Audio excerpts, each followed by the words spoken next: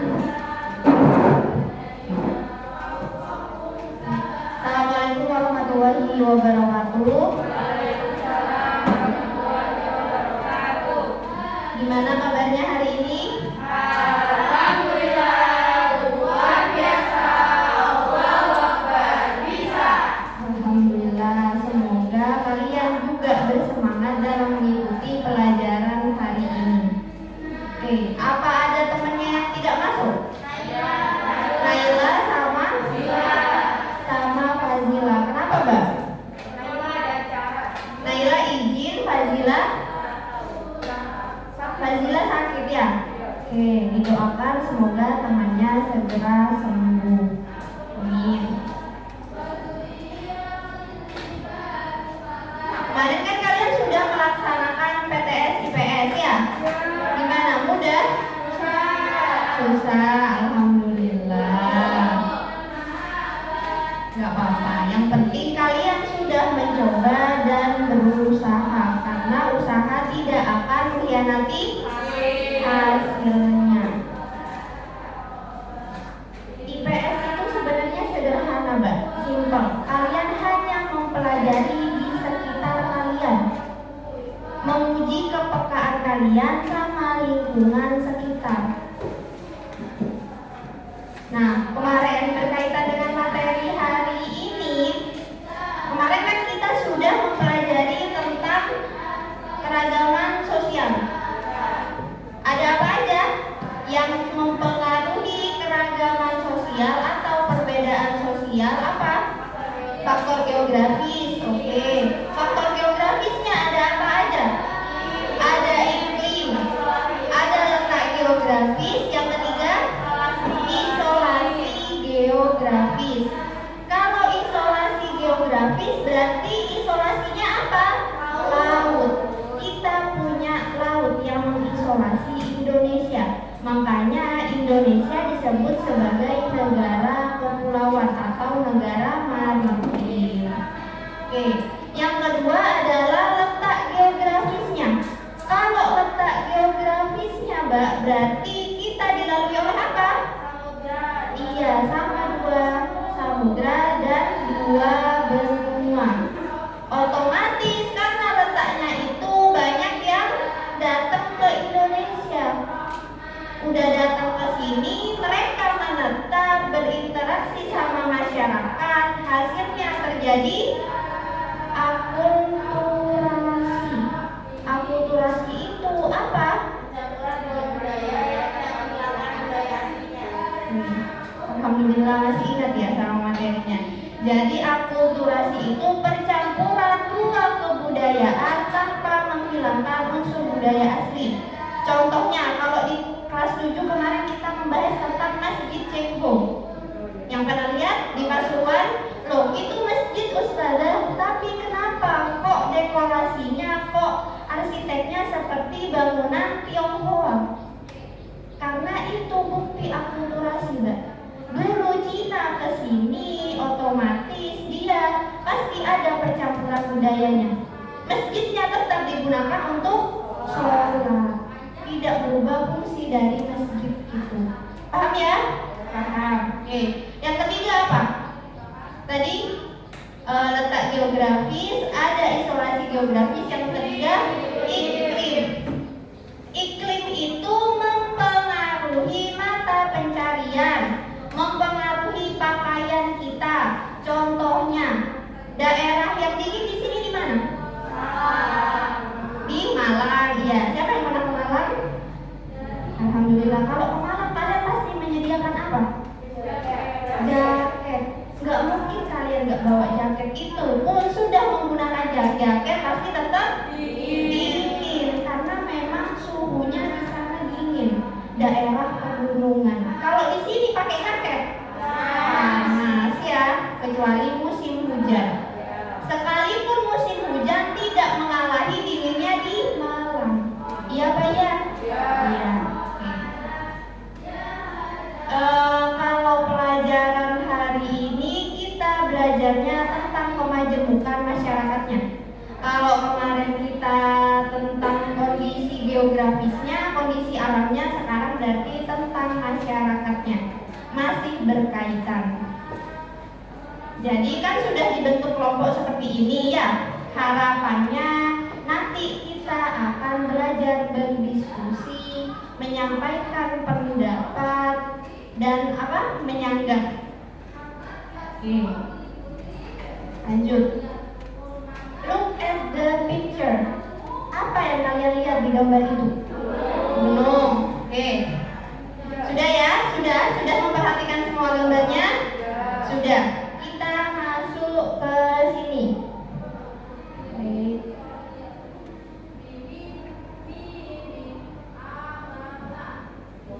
Seberapa tahu kalian tentang gambar yang tadi?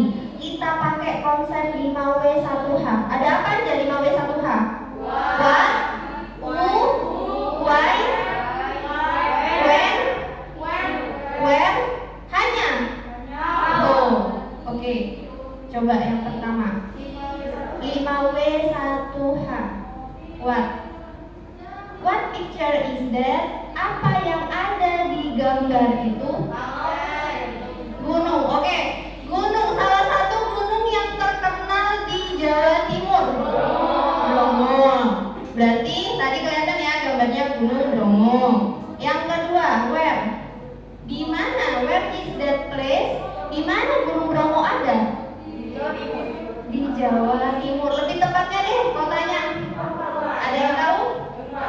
Malang. Ada yang bilang Malang. Ada yang bilang apa lagi?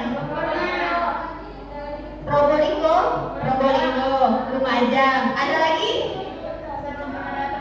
Perempuan datang. Ya nggak apa-apa. Setidaknya kita punya gambarannya. Who was there? Kalau di gambar tadi ada siapa saja di gunung itu? Iya, Ustazah tahu ada orang di sana. Pengunjung. Oke. Terus ada siapa tadi yang megang kuda tuh? Tadi ada apa? Pengunjung sama penyedia wahana di sekitar gunung. Selanjutnya, when do the people visit that place? Kapan orang-orang berkunjung ke gunung itu? Kapan? Ketika hari libur. Kalau hari sekolah nggak boleh berlibur ya. Jadi kalau kalian misalkan sakit ya silakan bilang sakit. Kalau tidak sakit jangan bilang sakit. Nanti tahu-tahu liburan lihat gunung, nggak boleh ya. Harus mengutamakan apa? Sekolah, pendidikan. Next, why? Kenapa banyak orang yang datang ke sana? Why so many people visit that place? Kenapa? Karena bagus, pemandangannya cantik. Kalau di sini kita punya gunung, nggak ada ya, nggak ada. Mana? Gunung buatan kalaupun ada. Yang terakhir, how is the economic activity around the place? Bagaimana aktivitas ekonomi di sekitar tempat itu? Oke. Sewa wahana, beli tiket, apa lagi? Penjual makanan. Oke, sip. Let's see. Coba lihat jawabannya. Benar ya, tadi itu adalah wisata Gunung Bromo. Di mana? Ada yang bilang di Lumajang, ada yang bilang di Probolinggo, ada yang bilang di Malang. Jawabannya benar semua. Kenapa? Gunung Bromo itu terletak di 4 kabupaten. Malang, Lumajang, Probolinggo dan Pasuruan. Kan gunung itu tinggi, Mbak, ke atas. Kalau kalian datang ke Pasuruan, misalkan mau jalan-jalan ke Malang nih, nyampe Pasuruannya aja, kalau masih pagi kalian pasti lihat kabut gunungnya. Dari saking tingginya gunung itu. Yang tadi siapa aja yang ada di gunung itu? Wisatawan jelas. Dan penduduk sekitar. Mereka di sana biasanya sebagai pedagang dan ada sukunya, suku Tengger. Ya sukunya, nama sukunya suku Tengger. Gambaran singkatnya saja ya. Suku Tengger itu seperti masyarakat di Bali.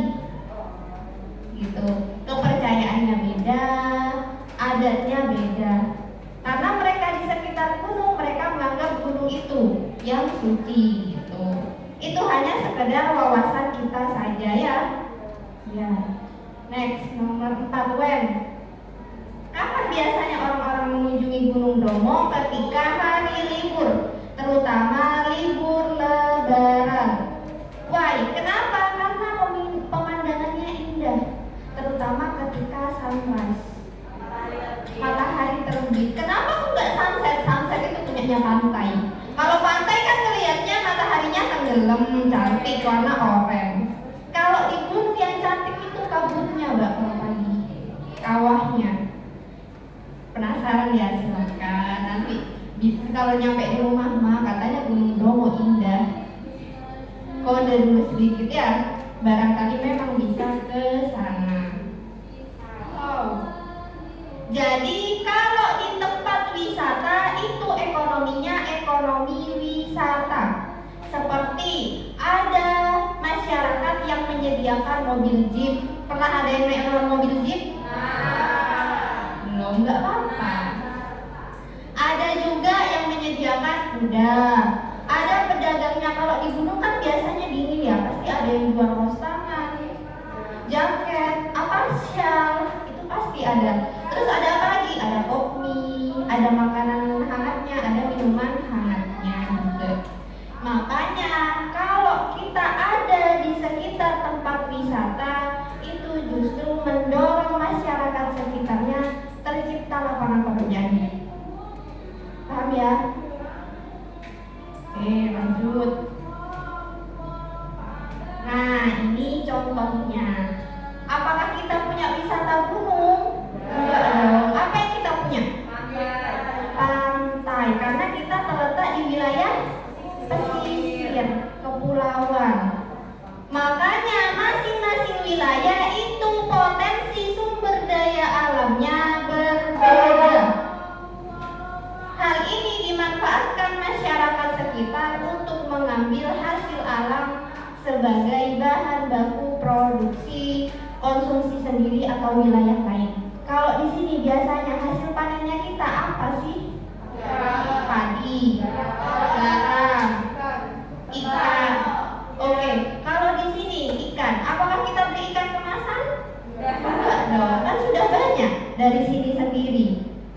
Kalau di sana, di daerah Bromo misalkan, di Lumajang, Malang, mereka apa nggak makan ikan? Makan dong. Dapat dari mana ikannya?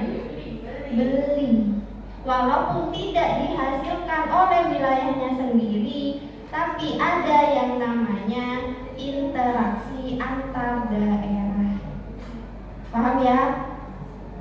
Nah, keragaman masyarakatnya ini mempengaruhi aktivitas ekonominya, mempengaruhi budayanya. Seperti tadi ada budaya suku Tengger misalkan. Kalau di sini budayanya apa, Mbak? Iya, loh budayanya sendiri. Satu sampel aja. Kalau di daerah pesisir deh, di wilayah itu tidur di pasir. Itu budayanya kita yang punya. Kalau orang luar mau tidur di pasir? Enggak. Apa mereka tidur di gunungnya? Enggak. Iya, itu salah satu budaya wilayah. Yang terakhir adalah kepercayaan. Next ya. Ya, next penulisnya nanti dulu. Oke, aktivitas ekonomi. Kan tadi keragaman masyarakat itu mempengaruhi aktivitas ekonominya. Berupa apa? Mata pencarian. Mata pencarian itu berarti apa, Mbak? Pekerjaan. Kegiatan ekonomi kemarin ada 3: produksi, konsumsi, distribusi. Coba deh yang sini. Konsumsi itu apa, Mbak? Ya, konsumsi adalah kegiatan menghabiskan nilai barang. Oke. Kalau produksi, kelompok yang sana. Kegiatan menghasilkan barang atau jasa. Kegiatan menambah nilai suatu barang itu produksi. Kalau distribusi Yuk yang di sini distribusi apa? Kegiatan menyalurkan.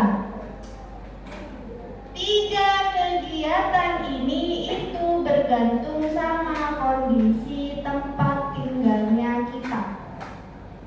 Kalau di daerah kecil, apa ada Indomaret?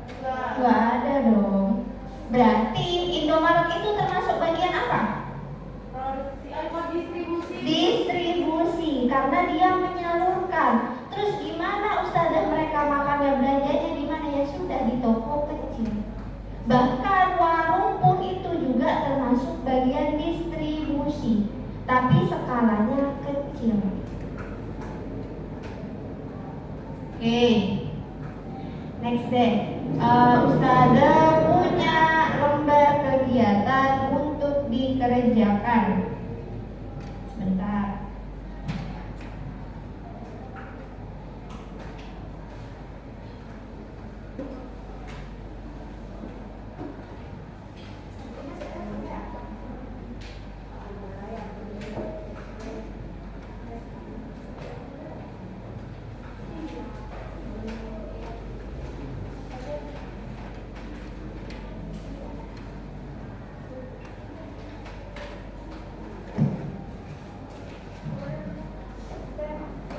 Oke, silakan dilihat lembar kerjanya. Itu satu kelompok, 1 lembar kerja. Kan kita punya karakteristik wilayah yang berbeda-beda. Ada wilayah pegunungan, ada wilayah apa lagi? Dataran rendah, ada wilayah pesisir pantai. Coba kalian cari potensinya. Potensi itu adalah kekayaannya.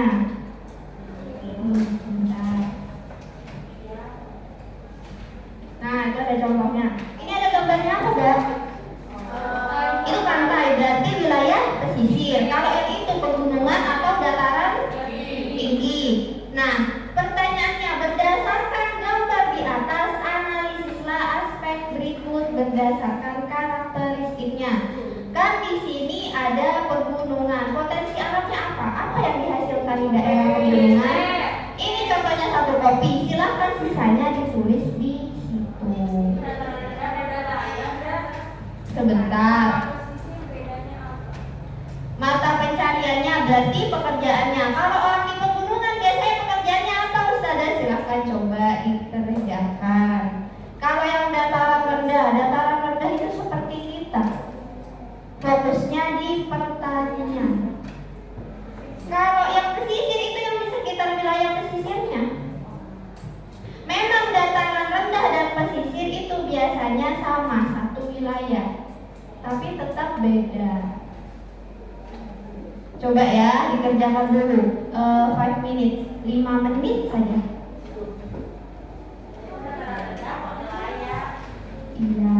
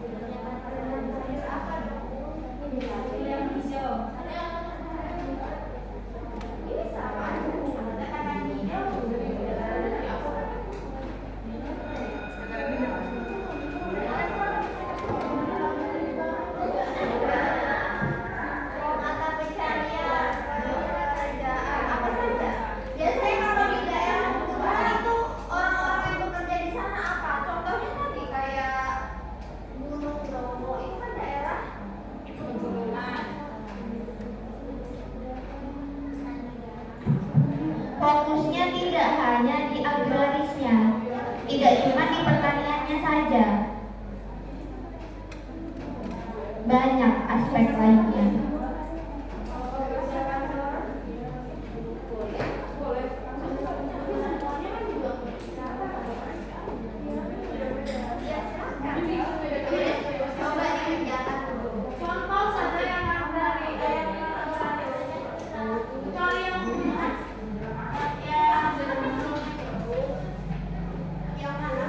Contoh yang non-agraris, pedagang.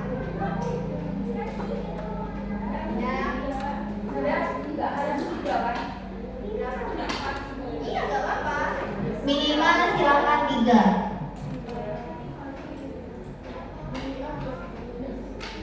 Yuk.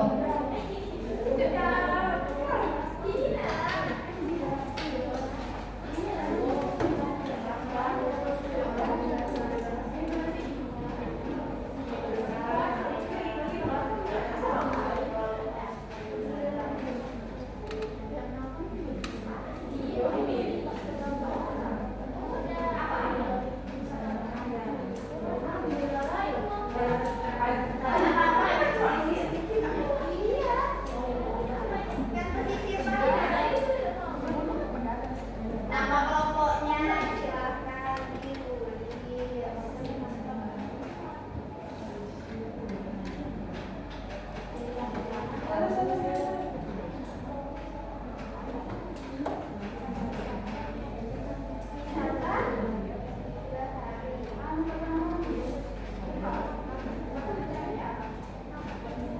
Iya, potensi alam itu.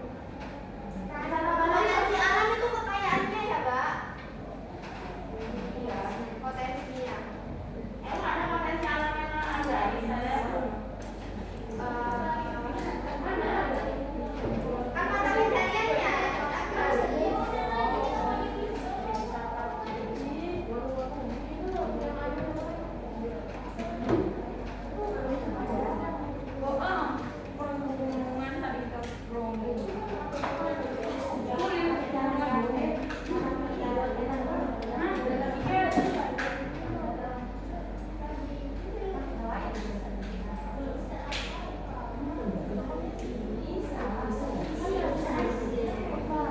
Silakan didiskusikan bersama anggota kelompoknya. Bertukar pendapat, mana yang paling menurut kalian itu jawabannya.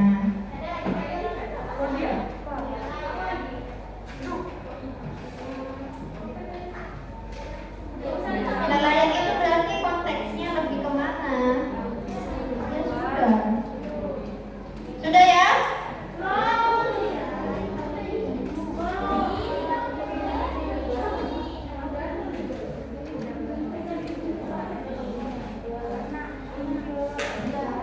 Ustazah hanya ingin tahu seberapa paham kalian tentang lingkungan di sekitar kalian. Itu kan pertanyaan sederhana, ada di sekitar kita.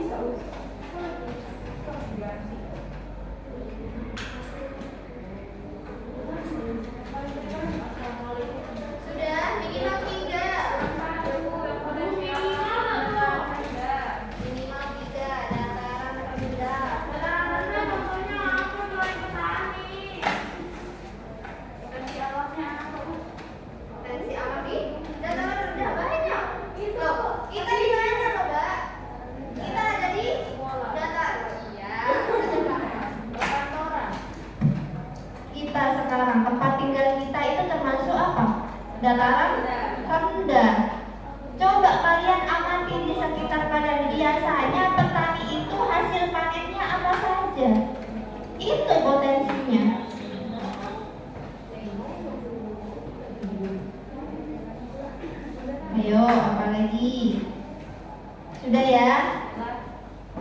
Sudah.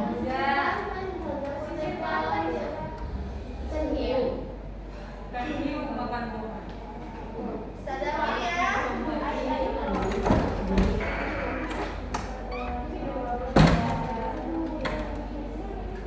Aduh, saya masuk yang kebingungan, pencariannya masih satu. Belum sadar. Disalin beli es.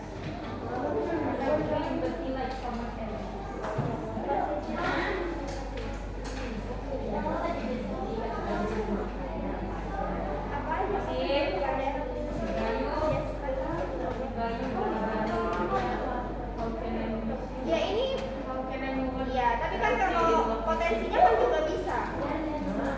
Ayo.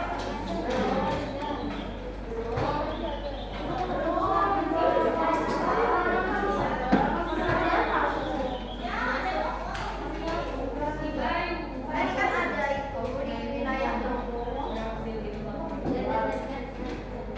kata lainnya lebih tepatnya. Profesi penjual itu apa lebih tepatnya makanya? Tuh.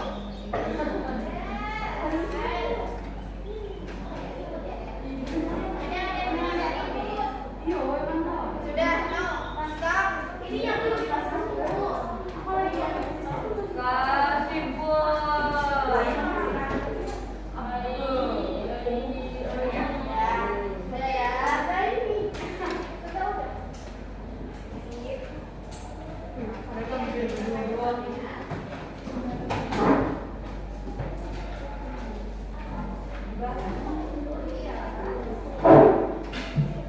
Oke, sudah. Mari kita lanjutkan dulu.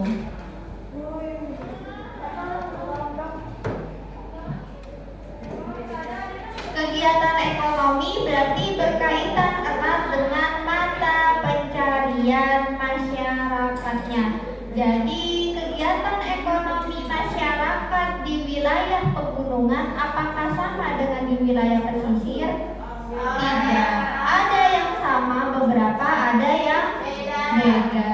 Jadi makanya disesuaikan dengan kondisi alam di mana di wilayahnya sendiri. Contoh di dataran rendah. Dataran rendah itu biasanya untuk pertanian, aktivitas ekonominya, perdagangan, industri, pabrik, peternakan. Di sini industri kecil, di sini ada pabrik garam, tahu, apa lagi? Keripik, minyak. Yang dataran tinggi jelas perkebunan, pertanian juga bisa, atau pariwisata seperti tadi. Yang pesisir pantai, perikanan, pariwisata, dan perhotelan. Jadi ada, tapi kan biasanya banyak penginapan yang di sekitar tempat wisata, khususnya di pantai. Oke. Ketiganya itu berbeda. Kenapa? Karena perbedaan karakteristik suatu tempat itu aktivitas ekonominya juga berbeda. Oke, coba lihat ini. Kita cek jawaban kalian. Wisata, penginapan di Bali yang bisa langsung lihat, wah ada lautnya. Kolam renangnya ke bawah langsung lihat, ada pemandangan laut. Pelelangan benar nggak? Kenapa? Pelelangan. Lelang ikan. Pelelangan. Apa manusia? Barang-barang itu. Baru kerja. Bisa kok. Oke, ada perikanan. Berarti ini termasuk karakteristik wilayah pesisir pantai. Kalau yang ini apa itu? Komoditasnya itu apa? Iya, buah apa? Ustaz tahu itu buah. Apel, strawberry. Ini. Siapa yang bilang ini bayam?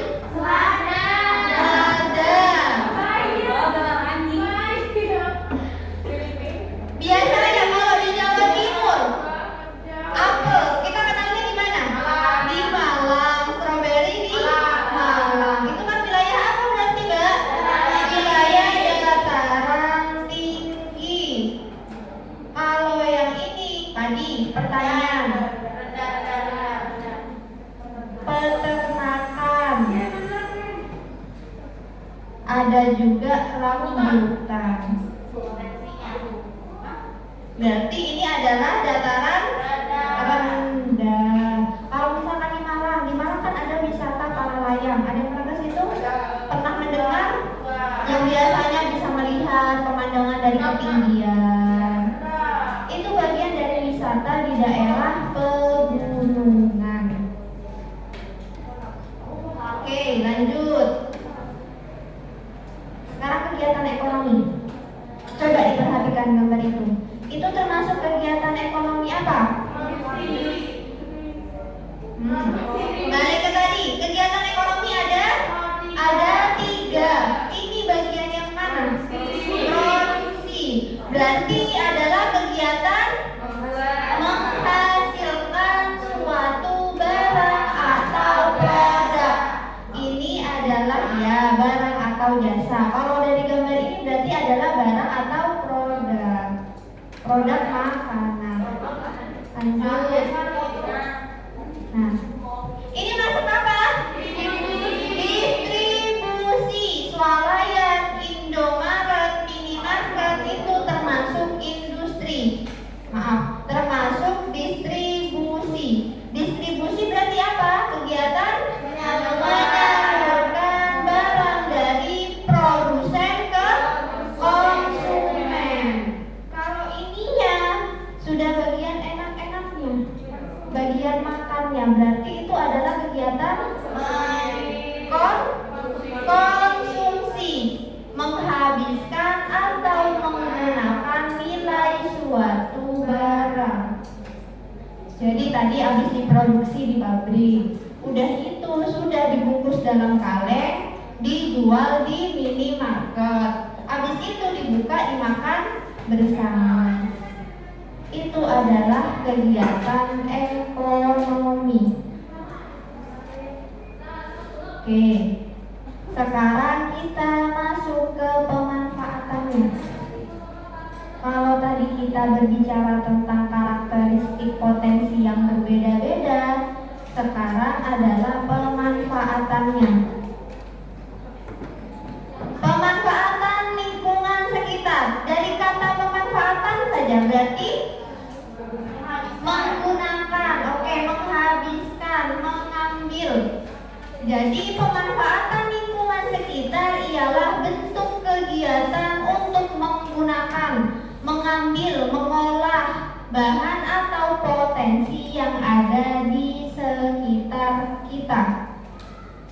Contoh yang pertama, pemanfaatan barang mentah untuk memenuhi kebutuhan. Nih, apa ini? Bohong kalau tidak tahu ini. Bisa ada tanya versi Indonesianya. Daun kelor. Siapa yang suka makan ini? Kalian biasanya kalau mau makan itu gimana? Beli atau langsung ambil? Beli. Tapi kalau di wilayah pedesaan, Mbak, daun kelor tidak dibeli.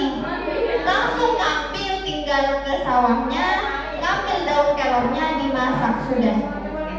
Depan rumah ada, yang punya pekarangan rumah ada daun kelornya begini ya, tinggal ngambil terus dimasak.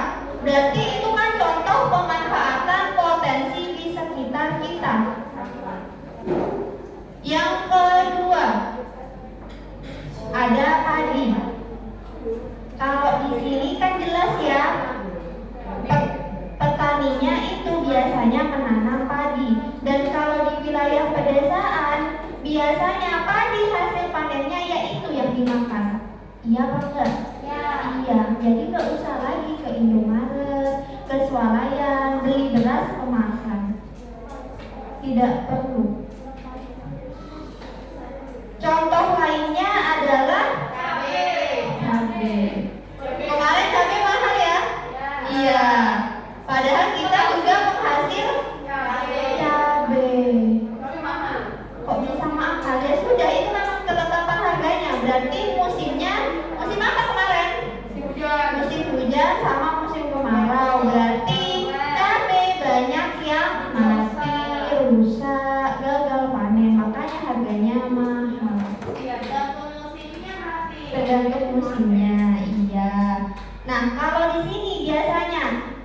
cabai itu, yang punya cabai di depan rumahnya pekarangan, ada beberapa yang menanam cabai, bisa dilihat, ya kan? Ya. Kalau kalian mau makan kan tinggal petik saja. Ambil sebiji, 2 biji. Itu berarti contoh pemanfaatan barang mentah.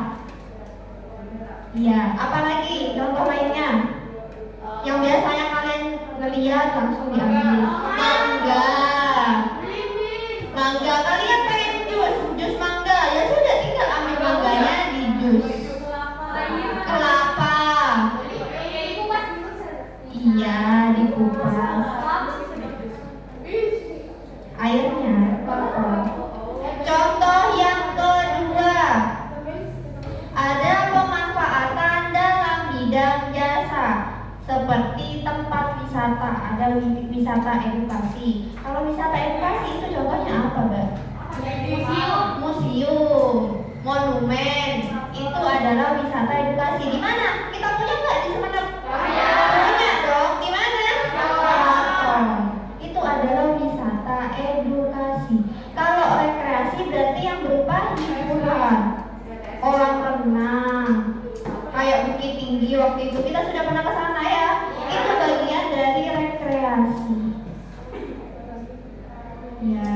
Dan religi, wisata religi. Contohnya masjid, jami. Oke, itu contohnya. Ada juga di sana Asta Tinggi, banyak kok wisata dari luar yang ke Asta Tinggi. Berarti itu dianggap sebagai wisata religi. Nih contohnya. Siapa yang pernah ke situ? Apa itu? Ada yang tahu itu di mana? Di Malang. Apa? Museum Angkut. Museum Angkut. Jadi di situ mobil-mobilnya itu mobil-mobil antik, Mbak. Dimanfaatkan oleh komunitas di Malang membentuk Museum Angkut. Itu kan bagian dari pemanfaatan di bidang jasa. Kalau yang ini,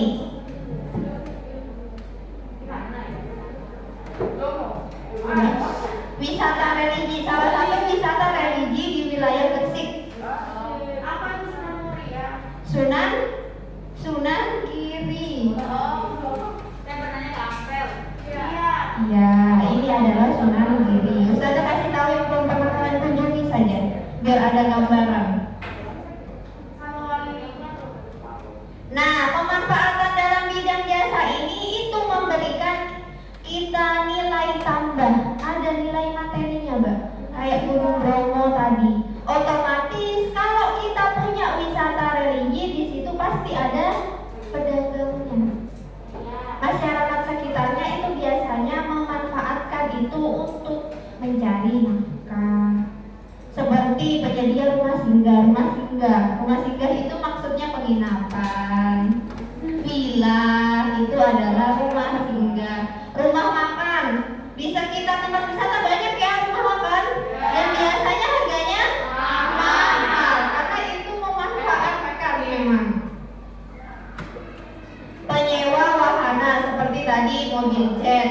Di situ Pasalopen aja di Lombok ada apa wahananya? Kuda. Terus ada motornya juga kalau tidak salah. Iya, itu kan berarti penyewaan wahana. Nih, delman yang pernah ke Jogja naik delman.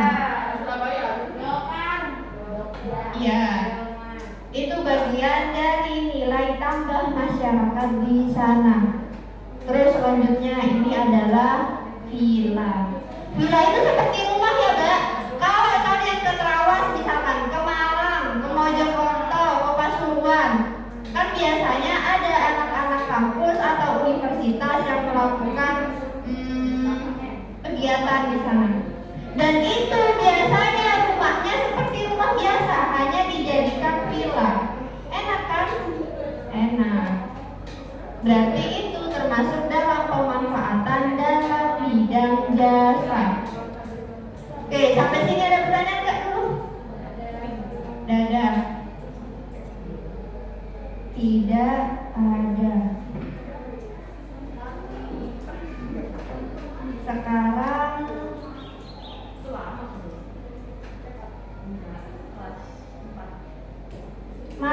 ke perdagangan daerah.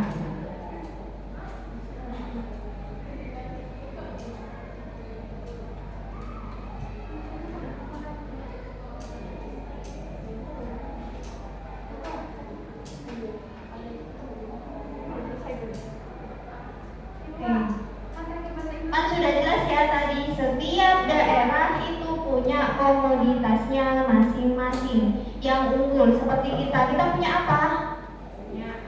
Komoditas apa? Semenap? Iya, komoditas ada garam. Kalau di Jawa Barat itu kan daerah dataran tinggi ya. Kayak di Bogor, siapa yang pernah ke Bogor, ke puncak Bogor? Nah, itu kan dataran tinggi. Ada tehnya kan ya Raya? Iya, ada perkebunan tehnya. Apakah orang Bogor tidak bisa itu makan garam? Bisa dong, seperti kita juga bisa menikmati teh. Sedangkan kita tidak bisa memproduksi atau menghasilkan tanaman teh. Ini yang namanya interaksi wilayah. Jadi interaksinya itu bertujuan untuk memenuhi kebutuhan, saling melengkapi. Antar daerah satu dengan daerah lainnya itu saling melengkapi. Mereka tidak punya garam, ya sudah, kita berikan garamnya, kita kirim ke sana. Kita nggak punya teh, tapi kita bisa menikmati teh karena dapatnya dari sana. Itu yang namanya perdagangan antar daerah. Paham ya sampai sini dulu konsepnya? Oke. Perdagangan antar daerah. Arti perdagangan dulu. Perdagangan itu berarti adalah kegiatan jual beli, transaksi antara pembeli dan penjual. Berarti ada yang namanya kegiatan tukar menukar. Kita pembelinya dapat apa? Dapat barangnya, penjualnya dapat uangnya. Itu yang namanya tukar menukar sesuai kesepakatan bersama. Kalau kita pernah disuruh-suruh beli-beli ke pasar? Pernah. Apa nemenin mamanya ke pasar? Pernah. Kan ditawar biasanya kadang ya. Ya sudah segini 3.000 saja. Penjualnya masih tidak mau. Dinaikin lagi 3.500. Ya. 4.000 baru deal. Ya sudah deal, ini ambil. Itu berarti kan sesuai apa? Kesepakatan bersama. Gak mungkin dong kalau dia nggak mau ngasih harga terus cabenya kita bawa lari. Kan tidak. Berarti harus sesuai kesepakatan bersama. Sedangkan kalau pengertian perdagangan antar daerah itu adalah perdagangan yang dilakukan oleh penduduk suatu daerah dengan daerah lainnya dalam batas wilayah Indonesia. Kalau sudah luar Indonesia berarti namanya apa? Perdagangan internasional sudah. Kalau masih di wilayah Indonesia baru namanya perdagangan antar daerah atau antar pulau.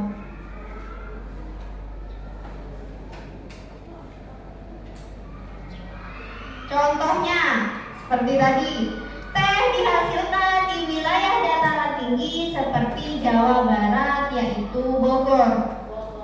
Sedangkan penghasil padi terbesar itu ada di Jawa Timur. Kalau Jawa Barat punya teh, kalau kita punya padi. Di Jepara. Penghasil padi terbesarnya tetap di Jawa Timur. Oke. Namun keduanya saling bertukar komoditas untuk memenuhi kebutuhan. Jadi kita di wilayah Jawa Timur masih bisa menikmati teh, masih bisa menikmati walaupun kita hanya punya garam, tidak bisa menanam apel, tapi kita masih bisa makan apel, stroberi, itu kita masih bisa menikmati. Kalau kopi juga ada di wilayah dataran tinggi. Kita nggak punya kopi, nggak mungkin wilayah pesisir itu menanam kopi, tidak akan tumbuh. Tujuan perdagangan antar daerah itu untuk memperoleh keuntungan antara pembeli dan penjual. Seperti yang tadi, pembeli dapat keuntungan berupa apa? Berupa barang. Kita bisa menggunakan barang itu. Kalau penjual, Uang. dapat keuntungan berupa hasil, berupa uang. Yang kedua, memperluas jangkauan pasar. Jadi jangkauan pasar ini misalkan Kayak promosi gitu. Ya. kayak apel di wilayah Malang, itu pasarnya lebih diluasin lagi. Karena kalau orang di sana makan apel pasti mereka bilangnya bosan. Soalnya sudah ada di sekitar sana. Otomatis kalau di luar apa kita bosan kalau dikasih apel terus? Enggak, justru enak ya. Iya, makanya itu tujuan memperluas jangkauan pasar. Dan pasti yang kita kenal, oh ini produksinya Malang. Kalau kita ke Malang pasti ada yang diingat, pengen beli apelnya, pengen beli stroberinya. Berarti itu tujuannya, jangkauan pasarnya sudah luas sampai menetap di memori kita.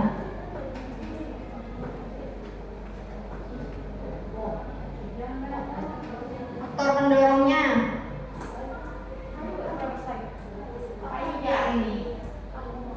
perbedaan faktor produksi antar daerah satu dengan daerah lainnya. Contoh, Kalimantan kan penghasil kayu terbesar. Iya apa enggak? Iya. Sedangkan Jakarta itu minim kayu, tapi industrinya banyak di Jakarta. Otomatis dari Kalimantan kayunya dikirim ke Jakarta. Yang kedua, perbedaan tingkatan harga. Misalkan daerah yang kaya akan durian seperti di Magelang. Kalau masyarakat Magelang menjual duriannya di Magelang saja, otomatis harganya murah dan tidak akan beli karena dia sudah punya sendiri. Tapi kalau di luar itu, kalau dijual keluar, harga duriannya pasti lebih mahal. Yang didapatkan apa? Keuntungan. Jadi kalau cuma dijual di wilayahnya sendiri pasti akan murah.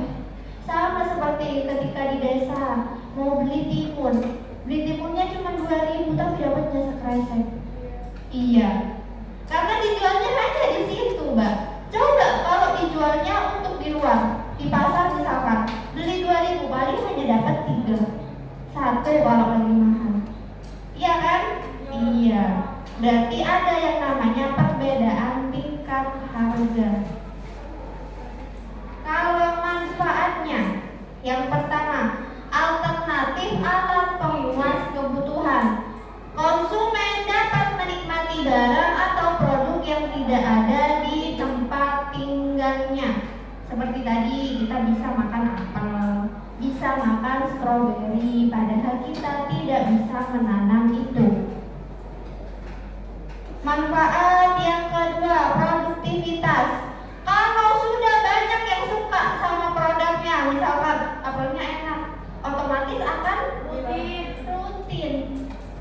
Otomatis permintaan produknya itu makin banyak. Kalau permintaan banyak, otomatis barang yang harus dihasilkan juga harus banyak. Jadi produsen itu terdorong untuk meningkatkan produktivitasnya. Paham ya? Paham. Oke, next. Kesempatan kerja. Nah, peningkatan jumlah barang menyebabkan produsen membutuhkan tenaga kerja tambahan. Kalau barangnya banyak, kan nggak mungkin hanya yang bekerja 3, 2, otomatis akan terjadi penambahan tenaga kerja. Oke, silahkan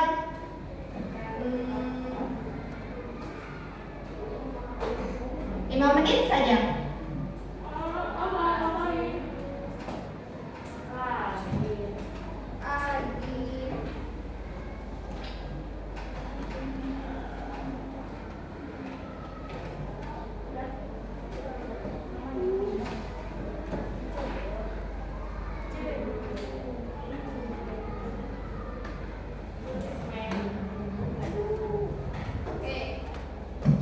contohnya. Perhatikan gambar di bawah ini dengan seksama. Itu gambar apa, Mbak? Apa? Ikannya gede-gede ya. Berarti ada beberapa daerah dengan penghasil ikan besar, tapi tidak semua daerah. Betul? Oke. Berarti yang ditanya di sini, kegiatan apakah yang dilakukan orang-orang pada gambar di atas? Silakan dituliskan. Kedua, ceritakan. Yang nomor 2, kalian ditanya proses terjadinya perdagangan antar pulau. Kenapa daerah pegunungan juga bisa dapat ikan? Coba diceritakan menurut kalian. Yang ketiga, tujuan mereka melakukan kegiatan tersebut. Tadi ada ya, sudah kita jelaskan.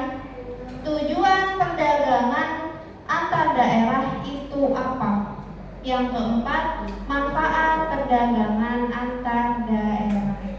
Sudah, singkat saja.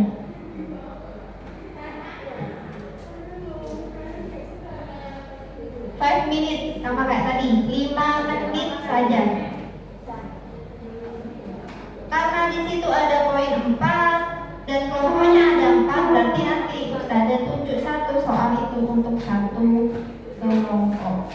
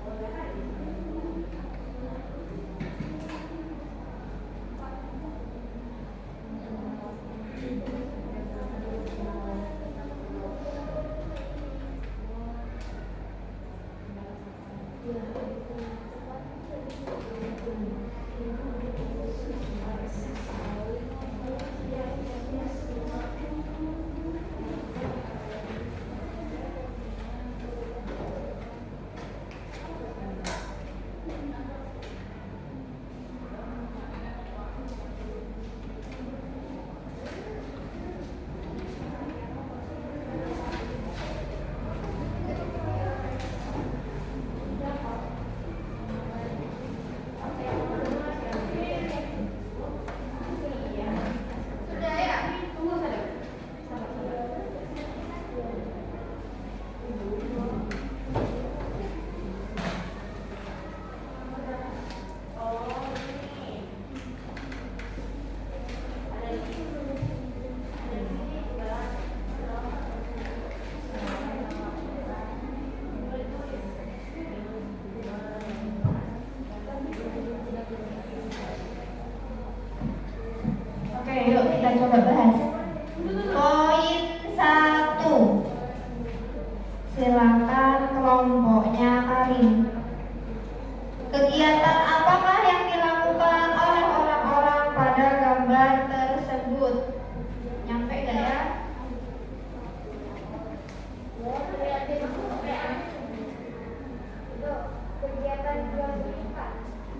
Kegiatan jual beli ikan. Ada yang berbeda dari kelompok lain? Oke.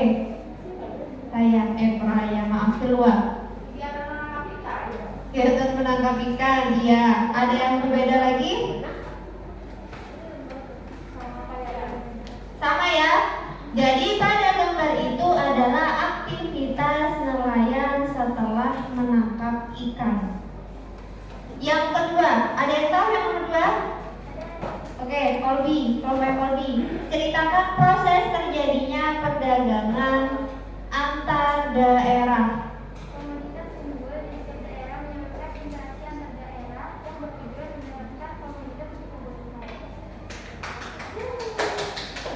Ada jawabannya beda? Iya. Perdagangan yang dilakukan oleh Sebentar, satu. Kelompoknya Raya.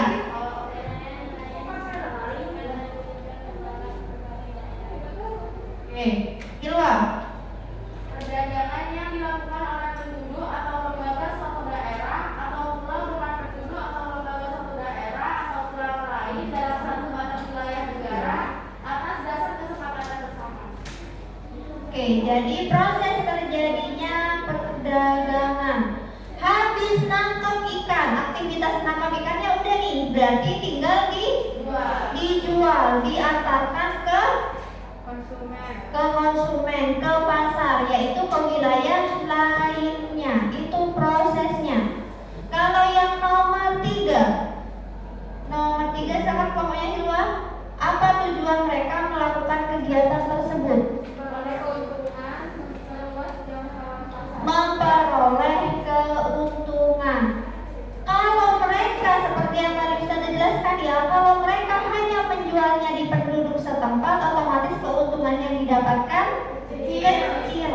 Tapi kalau dikirimkan keluar, bisa jadi harganya lebih mahal. Yang nomor 4, kelompoknya Raya, manfaat. Dapat memenuhi kebutuhan sehari-hari. Oke. Jadi ada beberapa daerah yang tidak memiliki potensi maritim atau perikanan bisa menikmati apa? Potensi tersebut. Oke, ada pertanyaan? Tidak ada ya?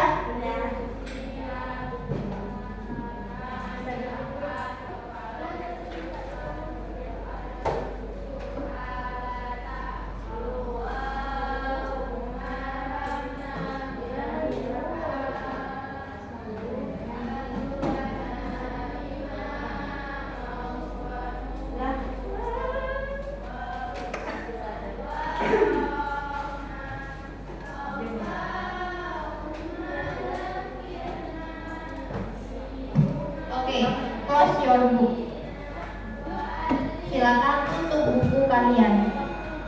Ya, tutup buku kalian dulu.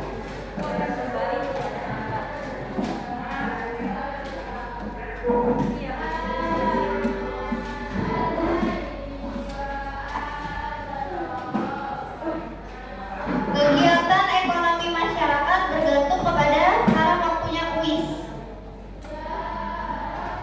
Oke, kegiatan ekonomi masyarakat bergantung kepada potensi alamnya.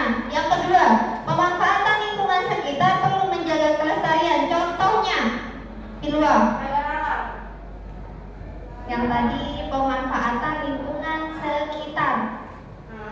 Pemanfaatan lingkungan sekitar, pemanfaatan bahan mentah, pemanfaatan jasa. Yang ketiga, apa yang dimaksud dengan perdagangan antar daerah? Yang lain selain kedua. Perdagangan antara daerah adalah perdagangan yang dilakukan oleh satu daerah dengan daerah lainnya dalam batas wilayah Indonesia. Oke, barusan tulis tersebut adalah kesimpulan pelajaran hari ini. Sudah, iya. Sudah, kan waktunya sudah habis.